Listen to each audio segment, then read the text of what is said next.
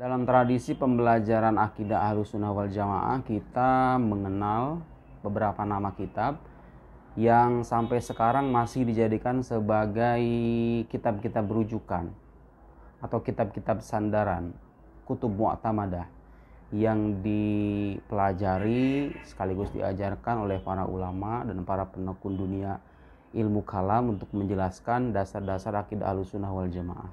Salah satunya yang sudah saya review di video sebelumnya, yaitu karya-karya Imam Sanusi. Nah, selain karya Imam Sanusi, ada satu lagi karya yang sangat penting dan ini cukup populer di kalangan para pelajar muslim ya, baik di Indonesia maupun di Timur Tengah.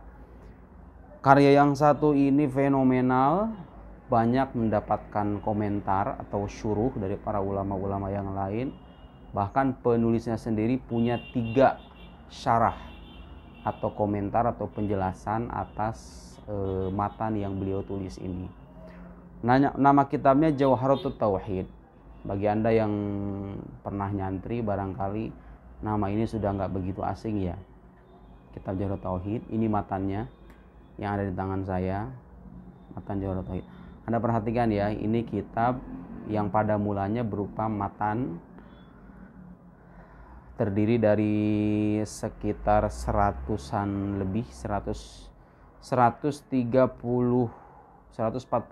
bait. Ya, sekitar 144 bait yang menjelaskan tentang dasar-dasar akidah Ahlussunnah wal Jamaah, dari mulai ketuhanan, kenabian, dan juga hal-hal gaib atau sama'iyat ya. Ini matanya segini tipis. Nah, kendati demikian, meskipun kitab ini tipis, tapi oleh penulisnya diberikan penjelasan atau syuruh. Imam Al-Laqani, jadi nama pengarang kitab ini bagi yang belum tahu, namanya Imam Burhanuddin Al-Laqani. Beliau sendiri punya 3 kitab syarah. Sekarang saya sengaja ingin menunjukkan karya beliau ini semata-mata untuk menyadarkan para pelajar muslim, khususnya dari kalangan anak-anak muda, bahwa kita ini punya khazanah kekayaan intelektual, khususnya dalam bidang teologi atau ilmu kalam yang sangat kaya sekali. Satu kitab saja bisa mendapatkan syuruh atau penjelasan yang jumlahnya bisa puluhan. Oke. Jadi kitab Jawharatut Tauhid ini disyarah oleh penulisnya dengan tiga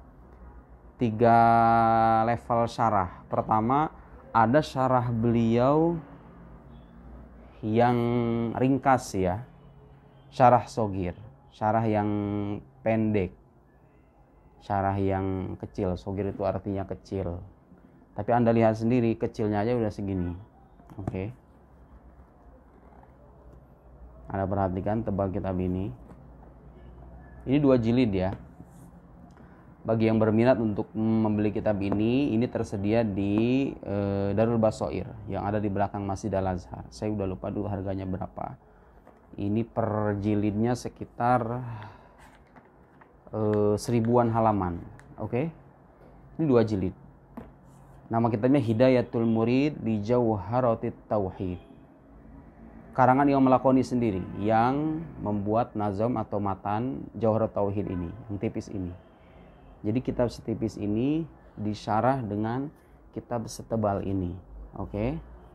Ini judulnya Hidayatul Murid Jawharatut Tauhid. 2 jilid ya. Penahkiknya Syekh Hasan Marwan Hussein Al-Bijawi. Yang saya tahu beliau adalah salah satu ya penekun ilmu kalam juga. Dulu muridnya Syekh Hasan Syafi'i ya. Beliau juga punya wawasan ilmu kalam yang kuat, terlihat dari tahqiqannya ya. Jadi ini syarah yang pertama, syarah yang ringkasnya ini. Oke. 2 jilid. Judulnya Hidayatul Murid di Jawharatut Tauhid. 1 ya. Selanjutnya setelah sebetulnya ini karya yang kedua ini ditulis setelah yang ketiga ya, yang syarah kabir. Jadi ada syarah sogir, ada syarah wasat, ada syarah kabir. Ada syarah yang pendek, yang pertengahan, yang besar. yang panjang lebar gitu kira-kira. Nah ini yang kedua, ini yang pertengahan. Yang pertengahan juga 2 jilid. Pertengahan 2 jilid. Namanya Talkhisut Tajrid. Talkhisut Tajrid atau Asy-Syarh Al-Awsat ala Jawharatut Tauhid. Talkhisut Tajrid. Karangan Imam Lakoni juga. 2 jilid ya. Kalau Anda berminat untuk beli kitab ini kitab ini tersedia di Maktabah Darul Ihsan. Tesis saya kebetulan berkaitan dengan Imam Lakoni. Dulu waktu saya mengajukan judul, kitab ini belum dicetak. Ini baru dicetak waktu saya pulang kembali ke Mesir tahun 2002 ya, awal 2002. Jadi ini masih terbilang baru. Awalnya ini berupa manuskrip. Tahun 2002 baru dicetak sama Darul Ihsan. 2 jilid ya, 2 jilid. Ini syarah pertengahan. Nah, syarah yang paling panjang, yang paling besar, ini ada 4 jilid. Oke. Ada 4 jilid. Anda perhatikan ya. Per jilidnya seperti apa tebalnya, lihat. Ini 4 jilid. 1 2 3 4. 4 jilid. Judulnya Umdatul Murid, Syarah Jawharatut Tauhid, Umdatul Murid. 4 jilid. Apa aja isinya? Isinya merupakan rincian tentang akidah yang kita peluk sebagai umat muslim, khususnya dari kalangan Ahlussunnah wal Jamaah. Baik itu yang berkaitan dengan ketuhanan, kenabian, maupun hal-hal yang berkaitan dengan akhirat atau eskatologi atau hal-hal gaib. Jadi Anda sebagai seorang muslim jangan pernah mengira bahwa butir-butir keyakinan yang Anda peluk itu hanya sebatas dogma yang diwariskan oleh para leluhur kita saja. Enggak. Para ulama mengajarkan dan sekaligus mewariskan kepada kita khazanah intelektual yang di dalamnya berisikan penjelasan-penjelasan tentang argumen-argumen atau dalil-dalil di balik akidah yang kita peluk itu. Makanya saya sering merasa miris dengan kalangan anak-anak muda yang barangkali terpengaruh oleh pikiran-pikiran modern ya, yang berpandangan bahwa soal iman itu soal kepercayaan semata. Iman itu bukan sesuatu yang ilmiah. Iman itu basisnya hanyalah penerimaan dan kepercayaan. Siapa bilang?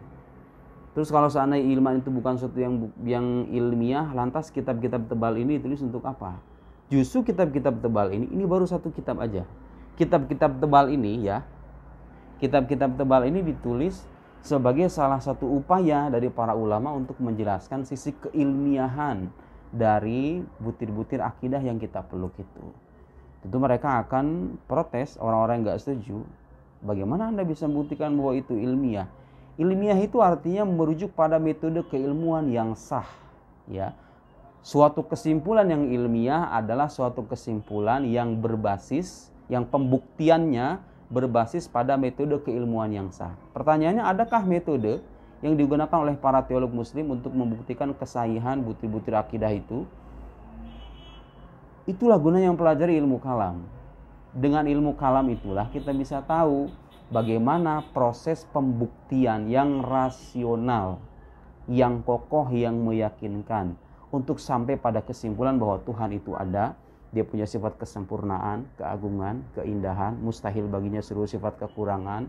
Nabi Muhammad itu adalah nabi, nabi-nabi sebelumnya juga adalah nabi. Quran itu adalah firman Allah. Semua bukti-buktinya itu ada ya di kitab-kitab tebal ini. Ini baru satu kitab saja. Satu kitab yang tadinya tipis diberikan penjelasan yang sedemikian kaya dengan 3 level lagi. Level yang ringkas, yang pertengahan, sampai yang besar atau yang panjang lebar ini, Umdatul Murid ya. Bagi yang tertarik untuk menekuni ilmu kalam sunni, tentu 3 syarah ini adalah 3 syarah terpenting untuk memahami kitab Jawharatut Tauhid. Karena ini ditulis oleh penulisnya sendiri. Jadi yang mensyarah kitab Jawharatut Tauhid adalah penulisnya itu sendiri. Oke. Nah, selain 3 kitab ini, ada lagi syarah-syarah yang lain, penjelasan-penjelasan yang lain dari para ulama yang sama-sama menjelaskan bait-bait yang tadi saya tampilkan itu, bait Jawharatut Tauhid itu. cuman dengan penjelasan yang berbeda satu sama lain ya. Nah, yang terkenal misalnya ada nih yang saya punya kebetulan, Tuhfatul Murid karangan Imam Baijuri. Ini bagus bagi yang ingin membaca penjelasan Jawahir Tauhid dengan bahasa yang ringkas, padat dan mendalam. Saya kira karya Imam Baijuri ini bahkan ini dijadikan sebagai buku madrasih ya, atau buku rujuk, buku ajar oleh para ulama. Di halakoh-halakoh pengajian juga banyak ini diaji. Tuhfatul Murid. Cetakan lebih bagusnya ada di Darussalam. Dan cetakan yang punya saya ini terbitan Halabi, ini masih dalam bentuk kitab kuning ya. Anda bisa lihat sendiri. Masih dalam bentuk kitab kuning. Ini Imam Baijuri yang nulis. Orang Mesir juga. Imam Laqani juga orang Mesir. Kemudian anaknya yang namanya Abdus Salam, Syekh Abdus Salam Ibn Ibrahim Al-Laqani juga punya syarah terhadap kitab ayahnya itu, yang Jawahir Tauhid itu. Namanya Ithaful Murid, jangan sampai ketukar. Kalau Tuhfatul Murid itu tulis yang dikarang oleh Imam Baijuri, kalau Ithaful Murid itu dikarang oleh anak-anaknya ya, Syekh Abdus Salam.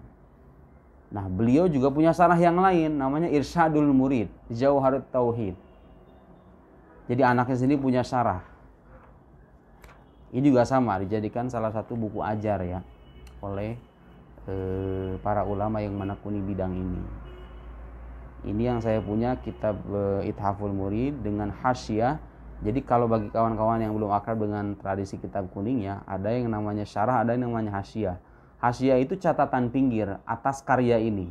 Jadi ini karya Syekh Abdus Salam, namanya Ithaful Murid, Jawahir Tauhid. Nah, di sampingnya ini ada hasyiah atau catatan pinggir dari Ibnul Amir. Hasyiah Muhammad Ibnu Muhammad Al-Amir, atau dikenal dengan Hasyiatul Amir ala Ithafil Murid.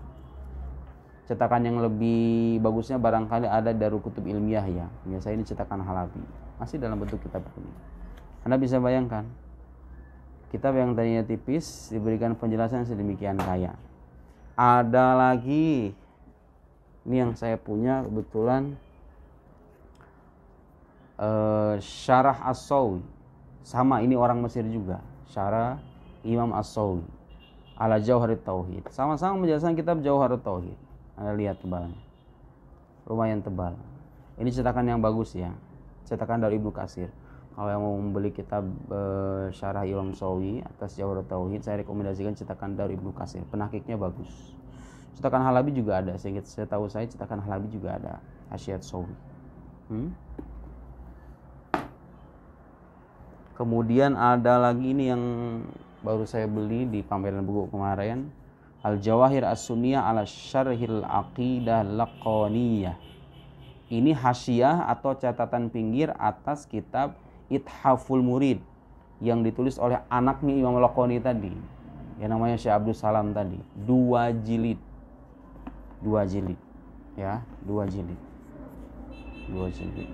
Saya sengaja menampilkan kitab-kitab ini supaya kita ini sebagai generasi muda sadar akan kekayaan hazanah intelektual yang kita miliki, daripada Anda harus menghabiskan waktu membaca pikiran-pikiran yang dipromosikan oleh orang-orang yang tidak jelas sanad keilmuannya. Saya kira menekuni karya-karya para ulama klasik itu salah satu pilihan sikap yang sangat tepat. Kenapa? Di samping bisa memperkaya wawasan, karya-karya para ulama ini karena berbasis pada metodologi yang kokoh, itu bisa melatih malakah, bisa membentuk malakah keilmuan atau kecakapan intelektual yang bisa membangun perkembangan keilmuan kita secara signifikan.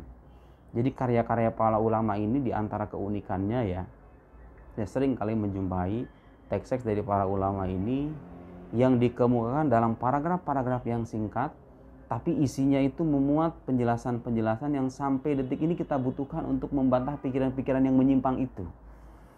Nah, jadi saya berharap orang-orang di luar sana yang selalu punya pandangan bahwa imannya orang beragama itu hanya sebatas kepercayaan saja. Kalau mereka percaya Tuhan ya karena mereka percaya itu. Kalau mereka percaya fulan adalah nabi, ya karena mereka percaya itu. Saya harap Anda melihat seperti apa. Itu baru satu kitab. Yang kita tunjukkan itu baru satu kitab. Isinya itu berupa penjelasan-penjelasan rasional dengan argumen-argumen yang bisa dipertanggungjawabkan kesahihannya. Di samping teks-teks dari Al-Quran dan hadis, kalau memang kita perlu dengan rujukan yang berupa teks-teks suci itu. Jadi dalil-dalil tekstualnya ada, akidah yang kita peluk itu ya, Quran dan sunnahnya. Bukti keilahian Al-Qurannya sendiri dipaparkan.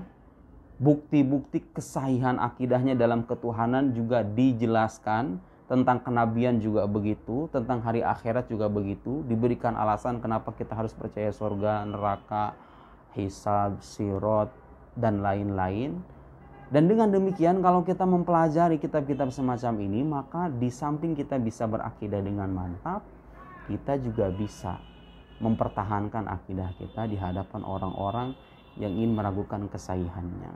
Itulah beberapa syarah terpenting yang bisa saya tampilkan terkait kitab Jauharatut Tauhid, salah satu kitab yang menjadi rujukan ulama-ulama sunni untuk menjelaskan akidah Ahlussunnah wal Jamaah.